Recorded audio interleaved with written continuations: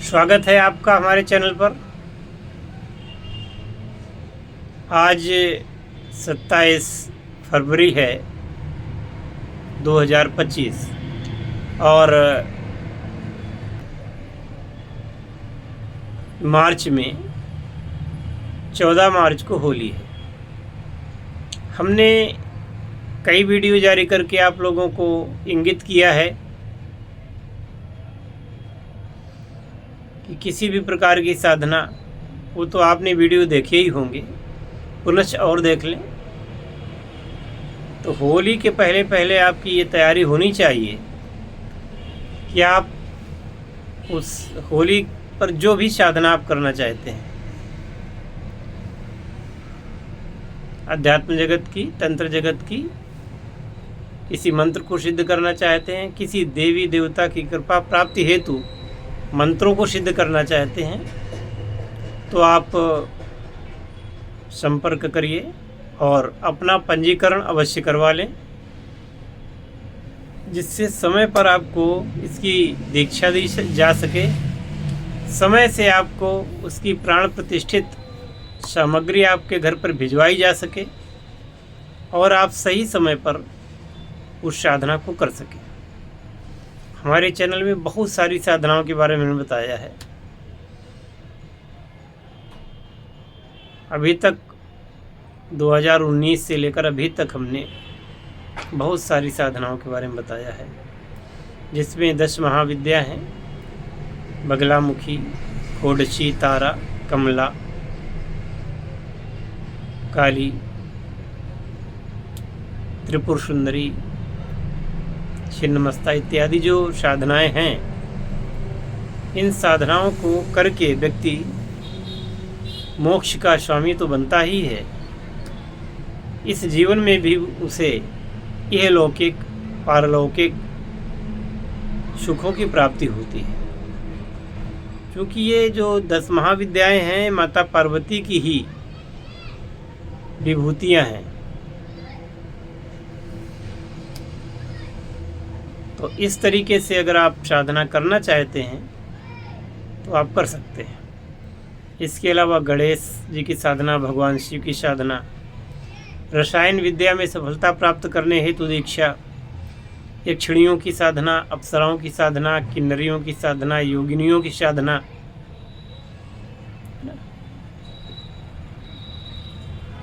साधना का कोई ऐसा क्षेत्र नहीं है जहाँ पर कि आप साधना न कर सकें। परंतु हमारी साधना पद्धति में आपको केवल और केवल सात्विक साधनाओं का ही समावेश मिलेगा। तामसिक साधनाओं को हम नहीं करवाते और तामसिक साधनाओं के लिए लोग हमसे संपर्क न करें। इसके अलावा बहुत सारे लोग होते हैं जो कहते हैं कि हमको जिन्न साधना, परी साधना इत्यादि करवाइए। तो वो मुस्लिम समाज की साधनाएं हैं, उसके लिए आप उन लोगों से संपर्क करें। मुस्लिम संप्रदाय की जो साधनाएं हैं वो हमने कभी नहीं की और ना ही उसके बारे में हम कोई ज्ञान रखते हैं, ना आपको उसके बारे में बता सकते हैं। वो कैसी साधना है उसके लिए अपना उनका अलग क्षेत्र है। हम केवल हिंदू समाज की साधनाओं को, उसमें भी सात्विक प्रकृति की साधनाएं, जिनको करने से आपको इस जीवन में तो सुख प्राप्त होगा ही और लौकिक सुख भी प्राप्त होगा। यानी कि शरीर छोड़ करके जब संसार से जाएंगे तो आपको निम्न योनियों में नहीं भटकना पड़ेगा। ऐसी साधनाएं ही करना चाहिए। और जिस साधना में फूल पत्ती, मेवा, मिष्ठान, धूप बत्ती, घी का दीपक है ना, दूध, घी, खीर, इससे काम चल जाए, ऐसी साधनाएं ही सात्विक साधनाएं होती हैं। जिन साधनाओं में अंडा, मांस, शराब है ना, इस प्रकार की जो बलि है देने का विधान है, ऐसी साधनाओं को करके आप सफलता तो प्राप्त कर सकते हैं, जल्दी कर सकते हैं, लेकिन वहाँ पर आपको मोक्ष नहीं मिलेगा। और जो जीव हत्या आप करके, बलि दे करके अगर साधना में सफलता प्राप्त करते हैं, उसका पाप उस देवी देवता को नहीं लगता, उसका पाप आपको लगता है। अब आप कहेंगे कि देवी देवता, भाई साधना जगत में जब आप साधना कर रहे होते हैं, मंत्र किसी का कर रहे होते हैं, वो भले ही पिशाचिनी हो, भले ही वो प्रेतिनी हो, भले ही भूत हो, भले ही राक्षस हो, तंत्र की भाषा में, अध्यात्म की भाषा में जब आप उसकी साधना कर रहे हैं, उसको देवता ही कहा जाता है, भले ही वो किसी वर्ग का हो। देवी को भी वहाँ देवता ही कहते हैं, समझ गए? तो ये न कहें कि वो अलग हैं, वो अलग हैं, लेकिन तंत्र की भाषा में जब आप उसकी उपासना कर रहे हैं, उस समय उसको देव स्वरूप ही माना जाता है।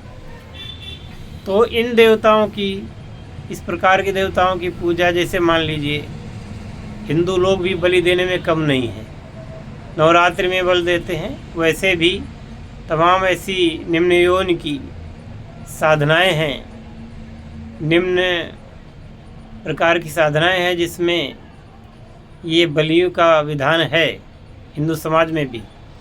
और यह बलि का विधान जो है, ये एक, मैं इसको बिल्कुल भी आश्रय नहीं देता हूँ, बल्कि जो लोग बलि देते हैं उनको निश्चित रूप से उनको पाप का भागी बनना पड़ेगा, नरक का भागी उनको बनना पड़ेगा। इसलिए ऐसी साधनाओं से परहेज करें और केवल ऐसे देवी देवताओं की पूजा करें जो सात्विक प्रकृति के हैं, उनकी कृपा प्राप्त करें। आशा है कि आप समझ गए होंगे। और मार्च में होली पर साधना करने के लिए आप अभी से यदि उद्यत हैं तो आप संपर्क करें। हमारे दिए गए व्हाट्सएप नंबर पर आप संपर्क करें। इंक्वायरी फ़ीस आपको अभी बहुत ही कम मैंने कर दी है, केवल 101 रुपये इंक्वायरी फ़ीस दे करके आप इंक्वायरी कर सकते हैं। जो लोग साधनाओं में अपनी रुचि रखते हैं वही संपर्क करें केवल, और बात करने के लिए इंक्वायरी फ़ीस जमा करना अनिवार्य है। फालतू बातें न मैं करता हूँ, न मुझे आती हैं, और ना मैं ऐसे किसी फ़ोन कॉल का जवाब दे सकता हूँ, ठीक है ना।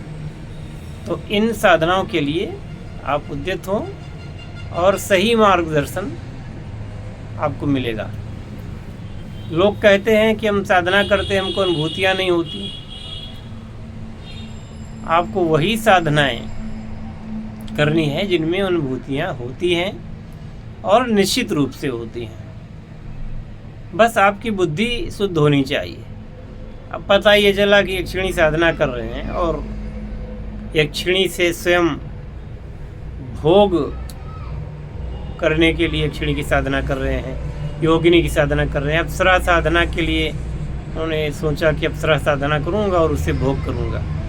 तो ऐसी कामना रख करके आप साधना करते हैं तो मैं समझता हूँ कि आपको साधना करनी ही नहीं चाहिए, क्योंकि अध्यात्म में इस प्रकार की बातें नहीं होनी चाहिए।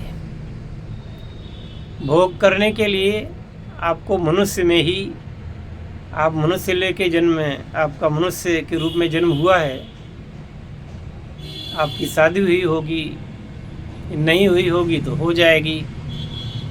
तो यह पारिवारिक सुख भोग आप कर सकते हैं। आप उन अदृश्य शक्तियों से, उन दैवी शक्तियों से क्या भोग करेंगे? तो आप और भी पाप का काम करेंगे।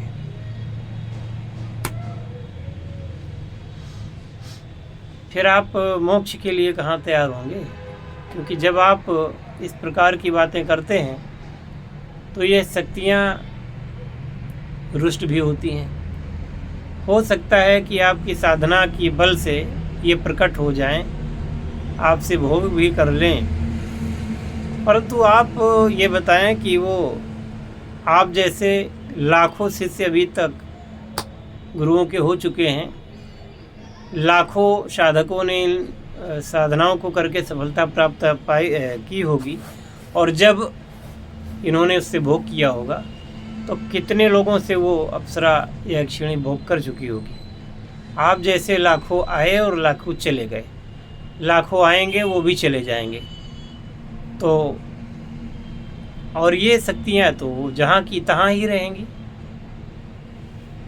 तो अपने मन में अपने उपास्य के प्रति इस प्रकार की भावनाएं ना ही रखें, ज़्यादा अच्छा है। मेरी बातें आपको अच्छी लगें या ना लगें, पर बात मैं वही कहूँगा जो कि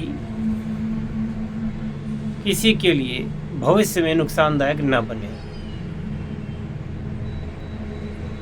और भोग युक्त साधनाएं करके लोग भटके ही हैं, बहुत सारे तो पागल हुए, भटक भी गए।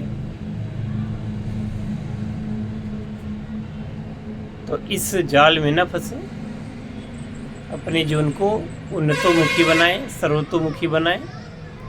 ऐसी कामना के साथ मैं इस वीडियो को यहीं विराम देता हूं। मिलेंगे अगले वीडियो में। जय शिव शंकर, जय भोलेनाथ, हर हर महादेव।